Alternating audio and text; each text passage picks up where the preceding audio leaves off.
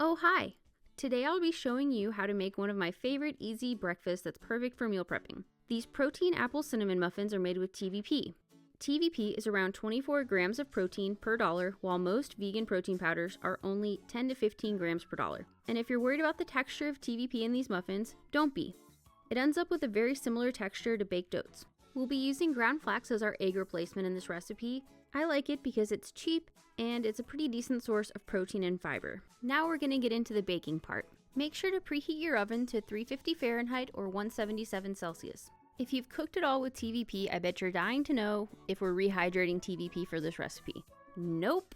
We're adding enough moisture to the batter from the wet ingredients we're using, like the yogurt, milk, and flax eggs, that we don't need to. And honestly, I would strongly recommend against rehydrating the TVP because it will add too much water to the recipe and turn out mushy and not amazing. So don't do it, thanks. We mix the wet and dry ingredients separately because it ensures that the leavening agents and spices are evenly dispersed, that there are no lumps, and it prevents overmixing. One of the main reasons I prefer TVP over protein powder for this recipe is because TVP is a lot less dense than most protein powders, so it ends up with a lighter and fluffier texture. So don't mess that up by blending it, unless you like dense, icky baked goods.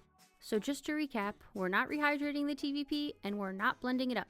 Let it be its dry, chunky self. If you're enjoying this video and would like to see more like it, be sure to like and subscribe. Now that the wet and dry ingredients have been mixed up separately, we can add them together. Your batter should be pretty wet and loose. In fact, it should look just like this. We're using 1 apple for this recipe. It should be peeled and you should chop them up in really tiny dices. Small, evenly sized chunks will make sure that we have even cooking, that the apple chunks themselves end up tender, and that you get apple in every bite. Reminder, in case you're following along, that your oven should be preheated or preheating. I'm using a lined muffin tin that will make 12 muffins. The oven temperature and cook times I've listed are for baking a dozen muffins. If you're cooking like 6 jumbo muffins or something, you'll probably need to cook at a slightly lower temperature to avoid burning and drying out, and also to make sure they get fully cooked.